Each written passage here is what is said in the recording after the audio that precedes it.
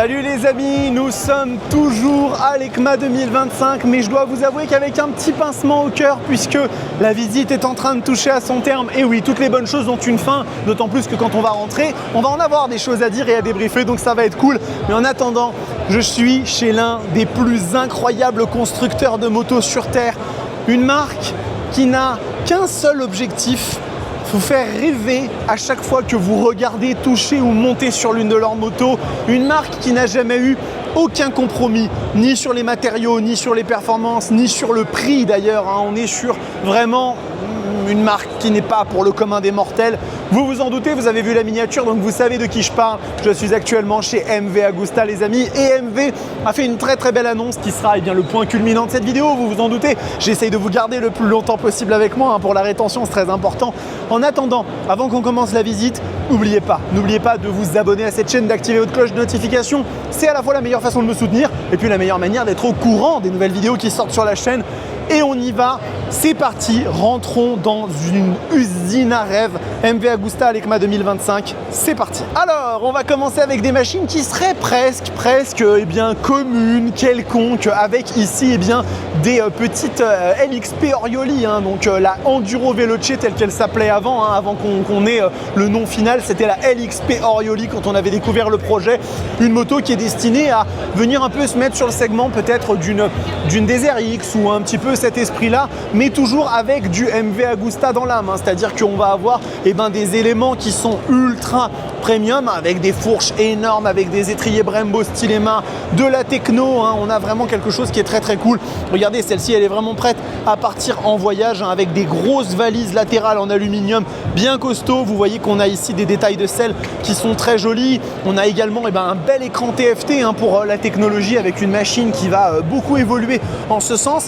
J'aime beaucoup les Komodo, je trouve que par rapport aux autres marques qui sont peut-être un peu moins grosses, un peu moins développées, on a des Komodo qui font assez sérieux au toucher, on a quelque chose d'assez premium, de bien fini. Elle est aussi disponible en version Sartoria Mechanica. Alors je sais pas ce que c'est que cette appellation, j'ai l'impression que c'est un peu un label chez MV Agusta pour des machines qui seraient des pièces de musée, on va dire ça comme ça. La couleur est fantastique, regardez-moi, c'est un espèce de doré vert, j'ai du mal à le qualifier. Purée, ce qu'elle est belle la moto, vraiment. MV, il n'y a pas une seule machine qui ne me fasse pas rêver à chaque fois que je passe sur leur stand, c'est incroyable. On en a une autre ici d'Enduro Veloce qui est bleue et blanche, très belle aussi, toutes les couleurs en fait de toute façon chez MV Agusta en règle générale sont très belles et très bien faites, avec des petites touches comme ça de doré qui lui vont magnifiquement bien. C'est une moto qui est vraiment fantastique. Et regardez ici, si on passe de ce côté-là, immédiatement on passe dans un niveau qui n'a plus rien à voir. Donc là on est sur les Brutal 1000 les amis, donc directement l'ARS et à côté l'ARR surtout. Et donc ces motos qui ont beaucoup baissé en prix depuis que MV Agusta s'est détaché de KTM, ou plutôt que KTM s'est détaché d'MV Agusta, c'est ça la réalité. Les motos du constructeur de Varèse ont perdu en prix, mais de fou malade mental. Il y en a certaines qui ont perdu jusqu'à 5000 €, et c'est le cas d'ailleurs pour des versions assez proches. Je crois que la Brutal 1000 RS, elle doit être maintenant aux alentours de quelque chose comme 21-22 000 €, ce qui la rend beaucoup plus intéressante qu'avant, parce que regardez quand même l'engin que c'est, regardez le travail qui est fait sur la selle, regardez un petit peu les 4 sorties d'échappement à l'arrière, la poupe, le cul de la moto est toujours aussi incroyable, même si c'est la version accessible de la Brutal 1000 RR, c'est quand même un délire avec ce compteur TFT très sympa. On est sur une machine qui reste toujours aussi phénoménal. Bien évidemment, si on a envie de passer le cap du dessus, on va sur la Brutal 1000 RR et on arrive sur un bijou, ni plus ni moins, une moto qui me fait toujours autant de sensations à chaque fois que je la vois, tant sur l'aspect émotionnel que les caractéristiques, que ce qu'elle dégage. Son moteur 4 cylindres en ligne, c'est 208 chevaux. Elle a été pendant quelques temps le roadster le plus puissant de la planète, et encore aujourd'hui elle fait partie du top 5, elle partage sa place avec des motos comme la Street Fighter V4S, comme la M1000R. On est dans un mouchoir de poche à ce niveau de performance. 208 chevaux, 210, 214, on est sur quelque chose de très similaire. Regardez le monobras qui est absolument magnifique, les 4 sorties Arrow, les 4 flûtes, elles sont superbes, du carbone à tous les étages, c'est vraiment incroyable. Et puis bien sûr, suspension All-in Nix 30 semi-active, étrier Brembo Stylema, c'est une dinguerie. Mais si je vous disais que ça, ça c'est pas le maximum. Ça c'est pas le max que MV Agusta il sait faire. Non, le max par exemple il est là. Là vous avez du max. Là vous êtes sur la Brutal 1000 Rush. Là on est sur un niveau encore au-dessus les amis. Une machine qui vaut la bagatelle de 52 000 € avec là clairement un niveau qui n'a encore plus rien à voir. J'essaye juste de vous rapprocher un tout petit peu la machine pour que vous voyez un peu les détails de ce monstre. Voilà, regardez un petit peu. J'essaye de vous faire en sorte que vous puissiez la voir. Je vais même tenter un petit truc. Je ne sais pas si ça va marcher, mais écoutez, tant qu'à faire, allons-y. Voilà, on a l'Active Track qui est mis. Et là, si je fais ça comme ça, je peux me rapprocher de la moto et vous la filmer un peu plus en détail. Regardez-moi ce délire, elle est vraiment magnifique cette machine, c'est dingue. Et là bien sûr on est sur un niveau de performance et de rareté qui est exceptionnel chez MV Agusta. De toute façon c'est ça ou rien, c'est comme ça qu'on conçoit la philosophie des machines de chez MV. Et là regardez, on est dans les sportives avec la F3 RR. Alors j'ai un petit peu de peine de ne pas avoir la F3 Competition parce que c'est pour moi aujourd'hui peut-être la plus belle moto au monde. La F3 RR reste quand même extrêmement belle avec ce coup de crayon de Massimo Tamburini qui est encore là présent, la F4 750 qui transparaît dans toutes les créations de la marque en ce qui concerne les sportives. Et on le voit que cette moto, elle a un design qui traverse les époques, qui traverse les âges, qui continue encore aujourd'hui à être aussi séduisante avec vraiment des lignes ultra effilées, avec une moto qui est tout en fluidité, on va dire. Désolé, encore une fois, c'est difficile pour moi de donner des qualificatifs qui évoquent suffisamment ce que cette machine est. On a du carbone un petit peu à droite à gauche, enfin c'est magnifique. Et puis à côté, vous avez la Super Veloce S qui est donc une interprétation néo-rétro, Café Racer en 800 cc. Enfin quand je dis Café Racer, c'est machine de compétition à l'ancienne, parce que le Café Racer c'est moto décarénée. Vraiment très jolie. Et puis à côté une petite Brutal 800 qui ferait presque tâche tellement elle est un peu moins impressionnante. Ça reste quand même des machines de fou, vous inquiétez pas, on est sur du très lourd. Et là, avant qu'on aille voir la grande nouveauté de chez MV Agusta, je vais aller vous montrer un petit truc absolument exceptionnel. Mais quand je vous dis exceptionnel, c'est exceptionnel. Regardez bien ce qu'ils ont mis un peu à l'écart. Regardez-moi ce délire. Voici une Super Veloce 1000 édition One of One. Et alors là, il n'y a plus rien à dire. Alors la Super Veloce 1000 €, c'est déjà une machine qui va aller dans les 74 000 €. Donc clairement, pas pour le commun des mortels. Et je pense qu'avec cette édition, on doit être encore au-dessus. C'est vraiment ahurissant. Là-dedans, vous avez le moteur de la Brutal 1000 RR qui, selon les configurations, échappement racing ou non, on peut aller chercher jusqu'à 212, 214 bourrins. C'est vraiment une dinguerie. Et puis, on a des détails qui sont sur la machine qui sont exceptionnels.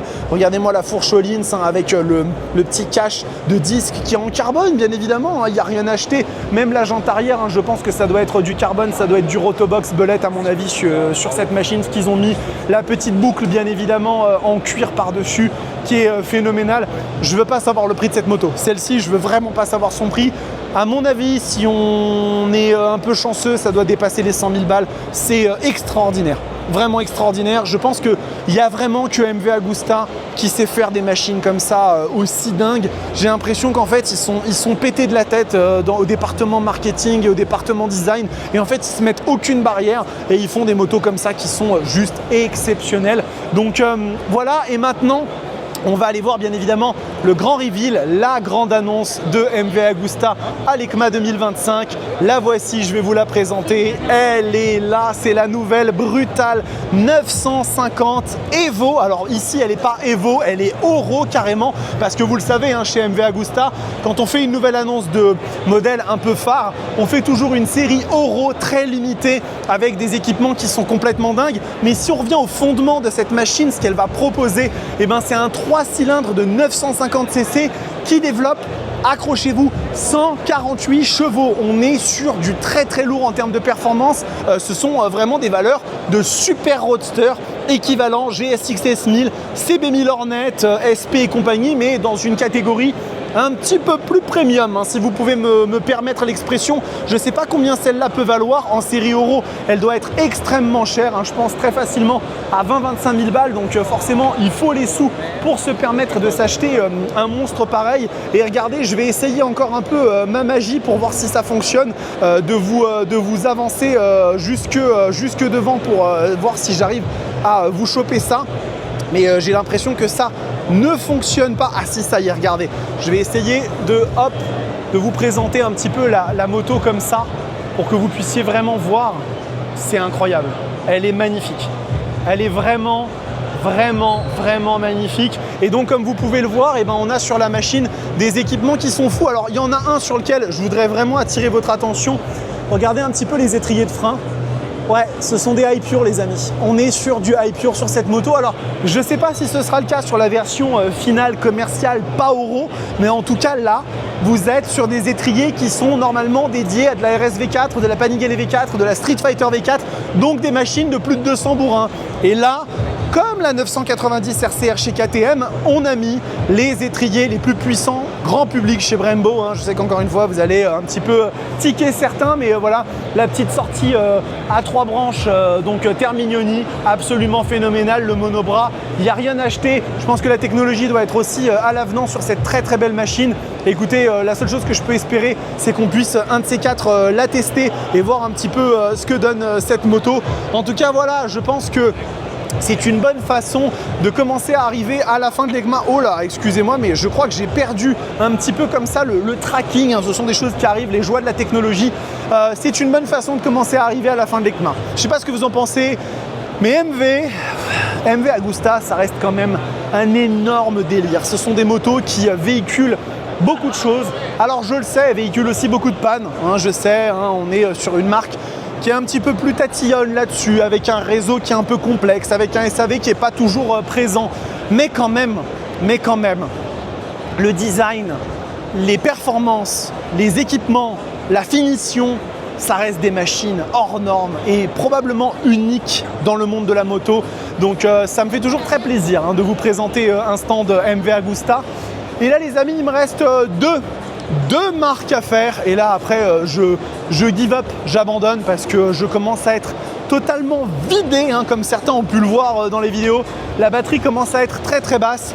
On va aller chez BMW et on va finir avec Moto Morini, pas parce que c'était spécialement ce que je voulais faire, mais parce que ça va être les derniers dans l'ordre chronologique. Et je vous remercie infiniment pour tout le soutien que vous m'avez apporté pendant cette EICMA. Vous êtes beaucoup à regarder les vidéos YouTube, à regarder les shorts, les reels, tout ça.